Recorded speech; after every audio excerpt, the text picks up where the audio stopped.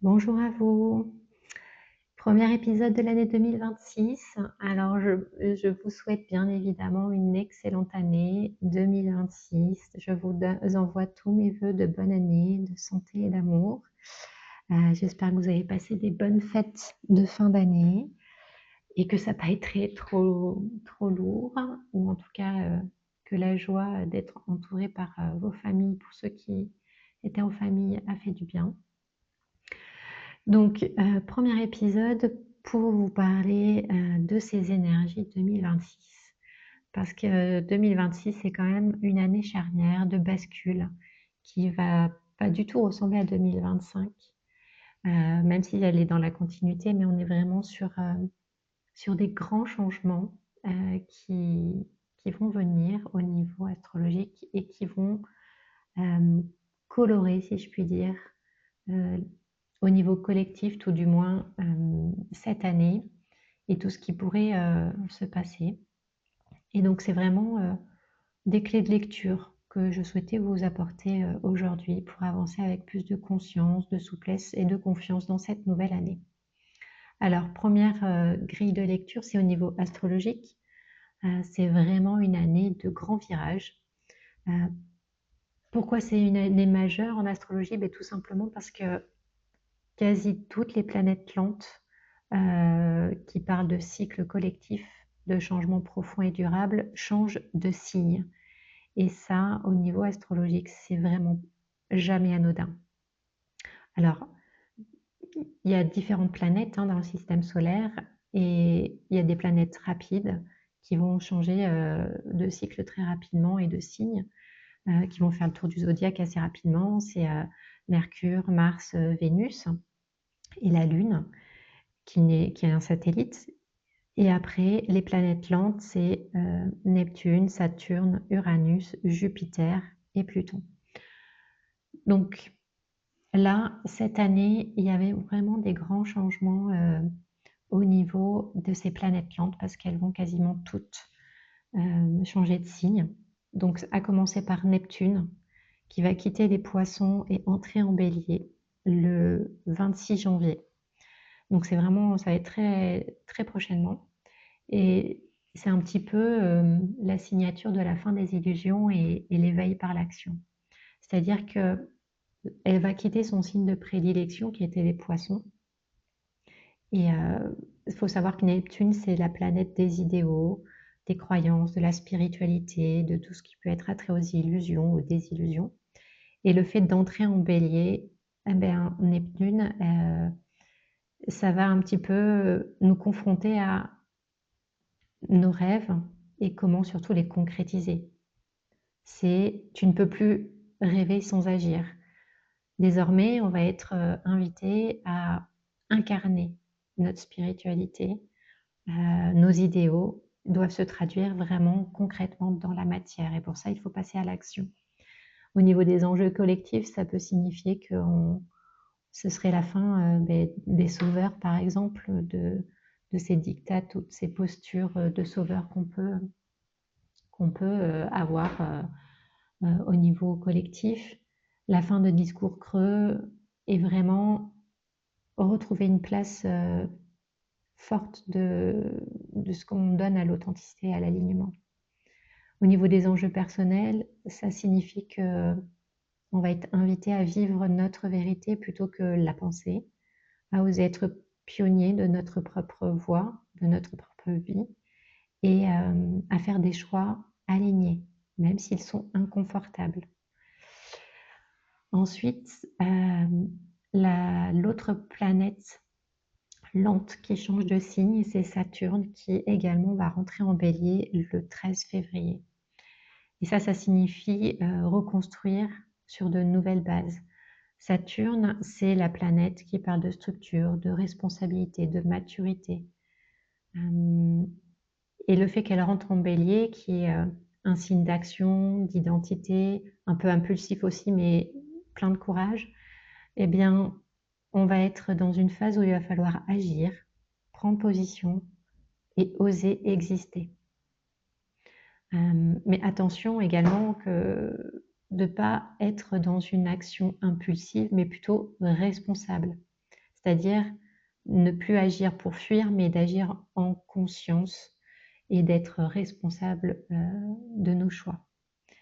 Les défis que ça peut représenter, c'est par exemple ne pas agir dans la précipitation, apprendre à canaliser notre propre énergie et à accepter que tout ne démarre pas instantanément et que des fois, il faut du temps, de la patience pour que nos projets aboutissent. Mais l'atout de ce positionnement astrologique, c'est qu'il vient nous aider à poser des bases solides pour nos nouveaux projets, des choses voilà, concrètes et stables. Nous invite aussi à reprendre notre pouvoir personnel en prenant notre propre responsabilité et à apprendre à dire je, mais sans écraser l'autre. C'est tout le lien, on verra aussi avec la numérologie de cette année 1. C'est l'individu, mais non pas seul contre tous, mais vraiment reliés les uns aux autres. Garder son unicité tout en étant relié à chacun. La troisième planète lente qui change de signe, ça va être Uranus qui va rentrer en Gémeaux. Ça, c'est le 26 avril 2026. Et je pense que c'est peut-être un des transits les plus marquants de l'année 2026, tout simplement parce que Uranus, c'est la planète qui parle de rupture, d'innovation, d'éveil. Et en Gémeaux, qui est le signe du zodiaque qui parle de communication, de mental, de réseau, d'apprentissage, eh bien ça signifie qu'on est vraiment sur des innovations en lien avec la communication. Et je pense que ça parle vraiment de l'intelligence artificielle notamment, qui risque d'exploser à ce moment-là, qui risque peut-être d'envahir notre quotidien. Et vraiment des changements de façon de faire, de façon de vivre, qui est lié à la communication, au réseau et à notre façon de penser aussi, d'apprendre. Donc, il faut s'attendre à des bouleversements dans la communication, à des changements peut-être dans l'éducation, les médias ou l'information, la façon dont on prend l'information aussi, et une accélération mentale et technologique vraiment. Donc attention néanmoins à un risque de surcharge mentale, de nervosité et peut-être de dispersion aussi avec Uranus en Gémeaux. Donc vraiment, la clé au niveau individuel, c'est prendre le temps d'apprendre à trier, de ralentir l'esprit et de rester ancré et vraiment de développer son esprit critique. Je pense que cette année, ça va être un des fers de lance vraiment, et même pour les années à venir, c'est de garder son esprit critique, de le développer, ne plus croire tout ce qu'on voit circuler, entendre sur les réseaux, à la télé, dans les infos, mais vraiment, je pense qu'avec l'arrivée de l'IA, vraiment plus être en lien avec le concret, de se faire sa propre opinion, de prendre et d'écouter, mais de faire sa propre opinion des choses. Et enfin, l'autre planète lente qui change de signe, c'est Jupiter qui va entrer en Lion, donc quitter les cancers et entrer en Lion le 30 juin 2026.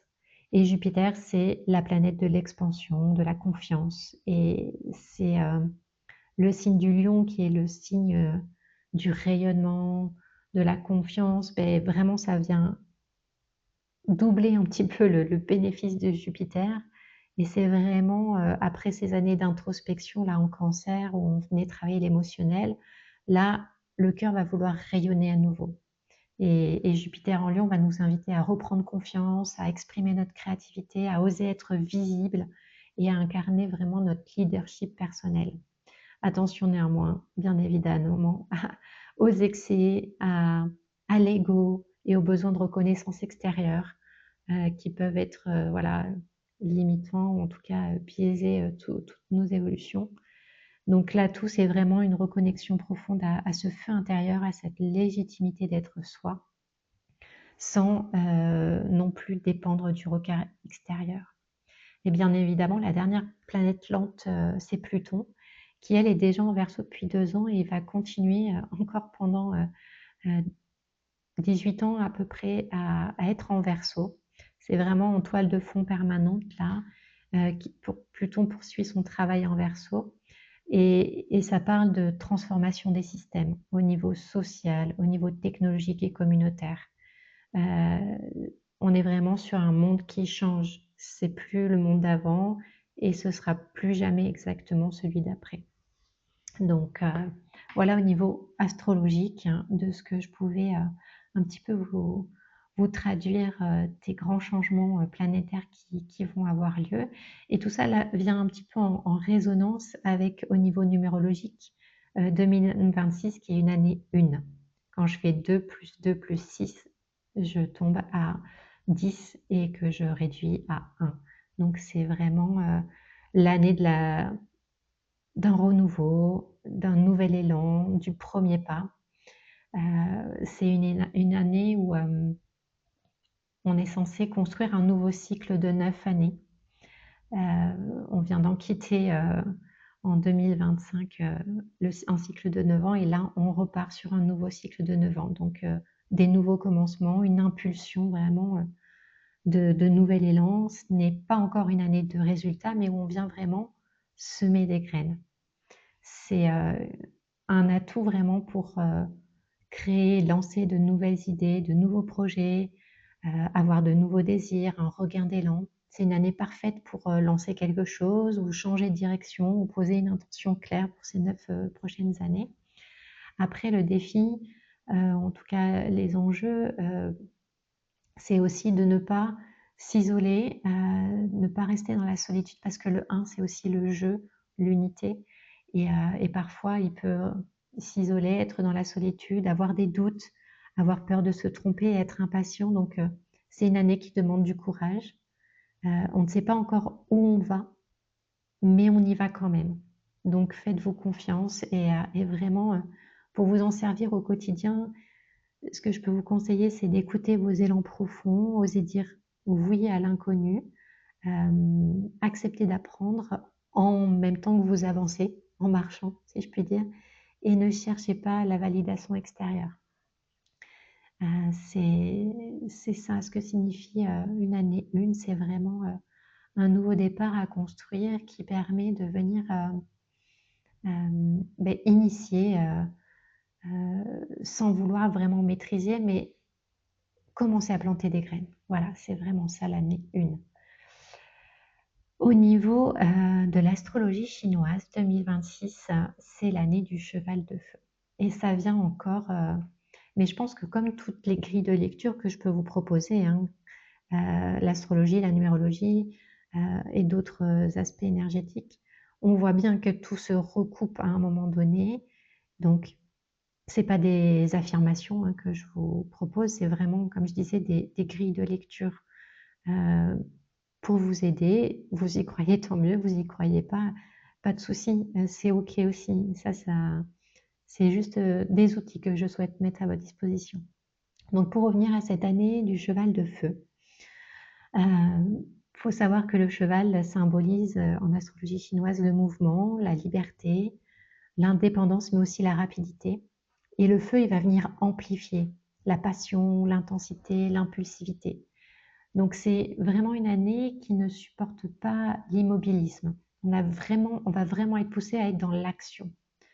Alors attention à ne pas être tombé dans l'épuisement, dans la dispersion ou dans des décisions trop rapides. Il va falloir s'autoriser à prendre le temps, à faire aussi des pauses et à écouter son corps, parce que sinon on va arriver fin 2026, on va être épuisé.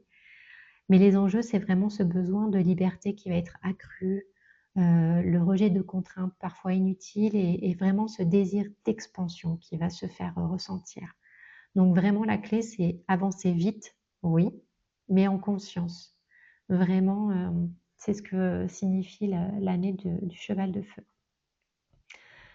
Donc, pour synthétiser un petit peu tout ça, je pense que cette année 2026, c'est vraiment une année de changement, de bascule vers un nouveau paradigme, une nouvelle façon de vivre, de relation à l'autre, de relation à soi-même, où l'individualité va être vraiment avec Neptune et Saturne en bélier mis en avant, parce que le bélier, c'est vraiment le jeu. qui est opposé à la balance, représente plutôt le nous. Et là, on est vraiment sur, voilà, s'affirmer.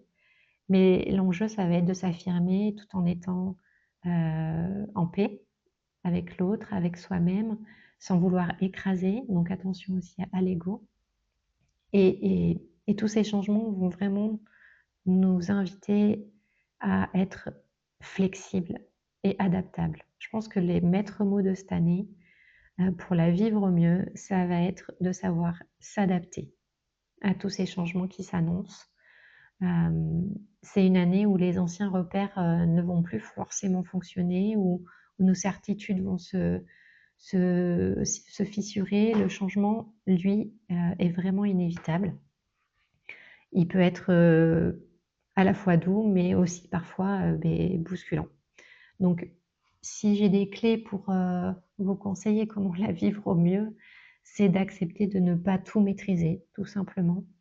Il y a des choses que vous pouvez gérer et être dans l'action consciente, euh, de prendre vos responsabilités, de faire vos choix en conscience et après de rester flexible. Vraiment, de pas être, ne pas résister au changement. Au contraire, restez flexible. Écoutez votre intuition, essayez d'avancer pas à pas, euh, de ne pas rester figé ou paralysé, mais vraiment d'oser même faire un petit pas, mais au moins un pas vers vos projets, vers vos rêves, vos idéaux et ce vers où vous voulez aller et de transformer les éventuelles crises qu'on peut rencontrer en opportunités. Donc 2026 nous demande pas d'être parfait, hein, elle nous invite juste à être conscient, vivant, présent, authentique et vraiment de s'autoriser à s'écouter, à s'affirmer tout en étant unis à l'autre différemment et en relation à l'autre. Je pense que c'est aussi ça cette année qui va bouger, c'est dans le relationnel à la fois de nous à nous et avec les collectifs. Je sais pas, je pense que ça va être une année assez complexe. J'ai pas envie de dire difficile, parce que je pense qu'il y a toujours du bon partout, même des fois dans certaines épreuves, mais ça risque de bousculer. Donc vraiment, restons adaptables, flexibles et accueillons le changement qui s'en vient. Donc pour conclure cet épisode, voilà, je pourrais dire que 2026 est peut-être une année qui va nous initier, qui initie de toute façon un nouveau départ, un nouveau cycle, qui va nous aider à porter nos élans créatifs, mais dans le concret, nos rêves dans l'action, et de poser des graines vraiment pour semer tout ce qu'on veut voir germer dans ce prochain cycle de 9 ans. Si vous ressentez de l'agitation, de l'impatience ou même de la peur, sachez que c'est normal. Si vous avez l'impression d'être en retard, non, ce n'est pas le cas. Vous êtes vraiment au bon endroit au bon moment. C'est juste que voilà, parfois les choses doivent prendre un peu de temps. Et surtout, faites-vous confiance. Écoutez un petit peu cette part de vous qui a envie de bouger et de se sentir vivante. Donc, je vous souhaite une excellente année 2026 et je vous dis à très bientôt dans un nouvel épisode sur la chaîne de la Divine Alchimiste du Cœur. Je vous remercie de m'avoir écouté et je vous dis à très bientôt.